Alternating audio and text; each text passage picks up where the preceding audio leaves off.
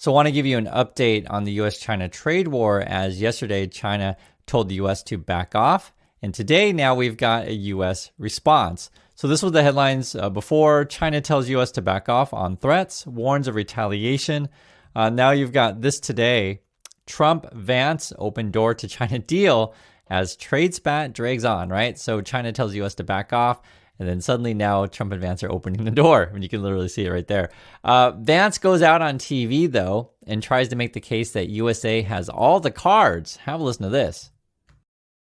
We were put in this position by failed leadership. It is a national emergency, and the president is doing everything that he can to get us out of this mess. It's not going to happen in 8 months. It's going to happen in some cases through negotiation, in some cases through bringing some of this critical supply back to the United States of America. But the president is committing to protecting America's economic livelihoods, but also making us more self-sufficient. And we've got to do both of those things at the same time. I'll be honest with you, Maria, it's going to be a delicate dance. And a lot of it is going to depend on how the Chinese respond. If they respond in a highly aggressive manner, I guarantee you the President of the United States has far more cards than the People's Republic of China.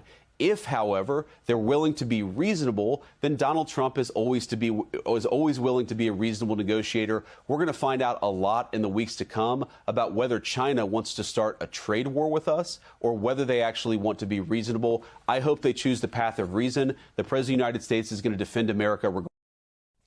You know, the more I see Vance, and today seemed more obvious than other days, he comes across as really passive-aggressive to me. And I don't know if you guys picked up on that also.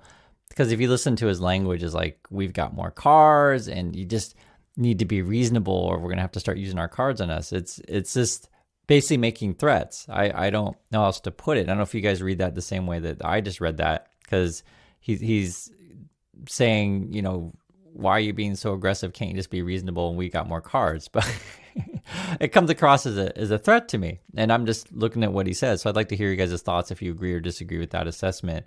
Then Trump comes out. He tweeted this about an hour ago. Don't worry about China. It will all be fine.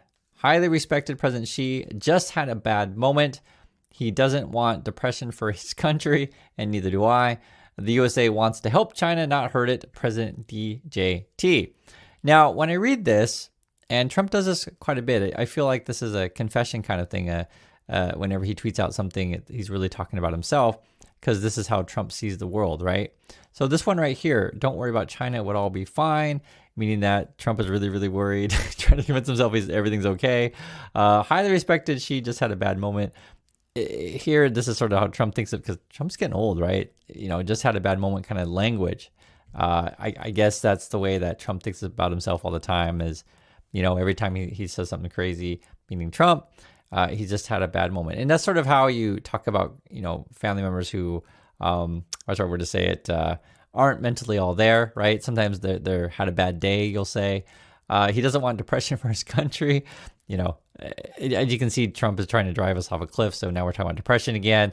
And USA wants to help China, not hurt it. And then every day it feels like, you know, Trump is attacking USA as he wants to fire everyone, et cetera. So like I was saying, when I see these things, I just feel like Trump is really talking about himself and the U.S. situation. But I'll let you guys be the judge if you agree or disagree. And I'm just showing you guys what they're saying here. The China then responded to the USA saying, this was before, threatening with high tariffs at every turn is not the right way to get along with China. If the U.S. persists in its own course, China will resolutely take corresponding measures to safeguard its legitimate rights and interests. And you can see the different language between the two countries. I also want to show you a little bit about from news from Korea, as it's slightly different than what you see in USA, because I'll just say this, they don't have any reason to not tell you the truth about stuff. In the USA, the sort of culture right now is Trump threatens news organizations, threatens, you know, talk show hosts, whatever, if you tell the truth about him. And it's different here in Korea. So this is from YTN. Basically, they run the same formula where they just show you what Trump says. They show you, and then they go through the numbers, basically saying, you know, if Trump tells you everyone's winning, we're all doing awesome, then they're like, well, it doesn't look like that way in the numbers. It doesn't look like that way for regular people, right? Be it the deficit is up, prices are up, etc. Then the USA now has Jamison Greer. This is our trade rep. And he's going to try to make the case that the USA is finding a replacement for China, because the problem is that China buys a whole bunch of soybeans from the US, and farmers are struggling, so we need to find another buyer. So who else could that be? Let's listen to Greer. There will be some pots of money that will be deployed for a bridge for our farmers. We know our farmers don't want a handout. They want to trade. So one thing that my office is doing and the president is doing is we're also opening markets overseas. Cambodia has lowered its tariffs on soybeans already. Vietnam has done the same. A number of countries are doing purchase orders, and not just with soybeans, other row crops like corn, et cetera. So there's going, and we're looking at domestic uses of soybeans as well, and fuels, et cetera. So there are multi-pronged approach to solving that issue. Just my opinion. Whenever I see Greer, I never feel like the guy's confident. I don't have any faith in the guy. Just how I see him. I mean, making the choice between Vance or Greer, I don't care for Vance, but at least Vance, has a semblance of confidence. I just it never comes across it with me with Greer, especially when he comes out in meetings with China. You can always see it in Greer's face. He's got a terrible poker face, the same way that Bessent does. But the basic gist, they're trying to make the case that we're going to use Cambodia and Vietnam to replace China as a buyer. And I'll just tell you the truth, guys, China is a massive buyer. It's a massive market, and it's not so easy to replace.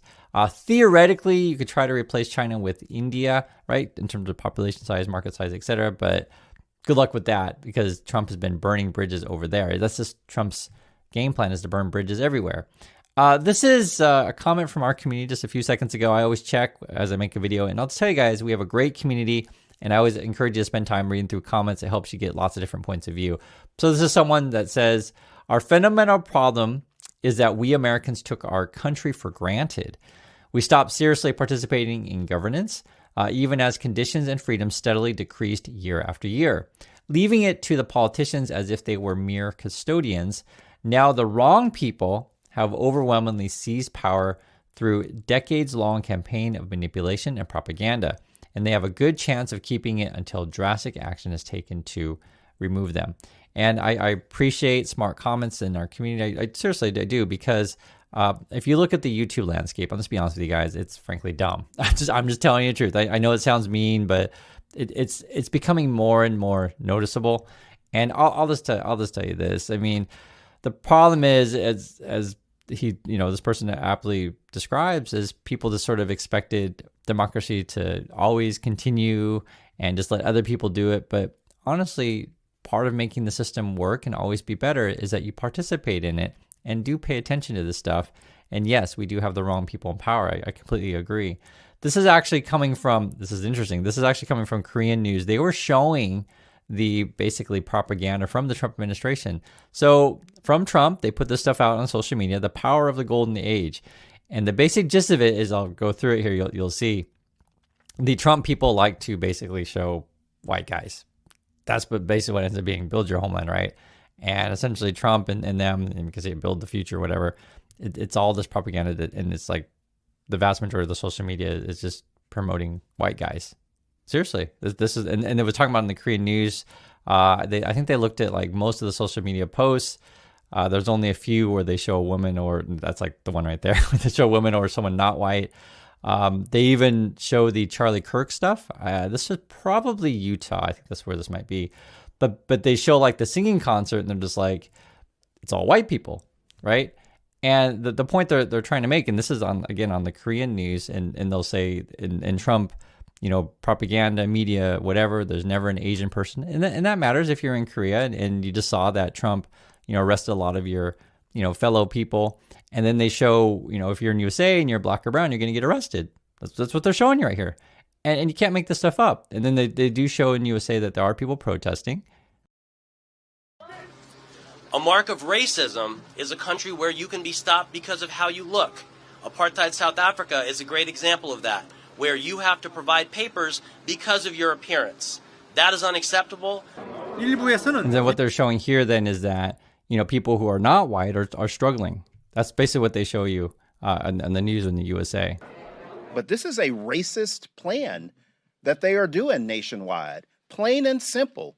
It's nothing else. It is racist. It is going to disenfranchise and disempower black and brown voters everywhere. And so that's what we see in Korea. Then they also talked about in the Trump administration, it's like 80% of the his administration is white, very, very different than other administrations. And, you know, I understand that this is a very, very sensitive topic in USA. If you're a MAGA person, you say, no, Chris, you're so dumb. White people are the most qualified people in the whole world, and especially the white guys that Trump picks from Florida. They're the best people that the country has to offer.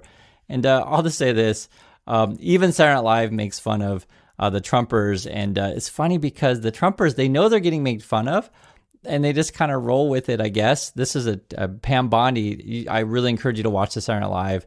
It says here, Secretary Noam, should we recreate this picture in Chicago, loving Amy Poehler? And they made a joke at Noam and Bondi. But the sad thing is, and I watched Saturday Night Live, and it was actually pretty good, the opening, and you can take a look at it, it's on YouTube. But it's sad is because this is the environment that we're in, to where all you have to do is sort of show who these people are, and you'll realize very quickly, man, these people are awful. And this is the choice that people have to make. For some, this would be the MAGA land. They think when a Pam Bondi, or we can talk about Brett Kavanaugh, remember him when he did his congressional hearings, they think in MAGA land that anger, right, when Trump gets angry or whoever, Vance gets angry, you better say your thank you, right? They think anger is strength and power. That's what they want to see. They want to see people angry because they were so angry all the time, right? No, seriously, that's for them. In their world, anger is strength and power, and that's what they look up to. I disagree with that. I don't necessarily want all of my leaders and everyone in administration to only come from one state, look sort of one way, have only sort of one religion, and be angry all the time. That's not necessarily the world that I want to live in. And the images that Trump has put out there in the social media, and I told you, it's being analyzed all around the world. It looks very similar to stuff that we've seen in the 1930s in a certain particular country that has mustaches, and you guys know which one. So I do appreciate your time, everyone. Thank you for watching, and I'll catch you on the next video.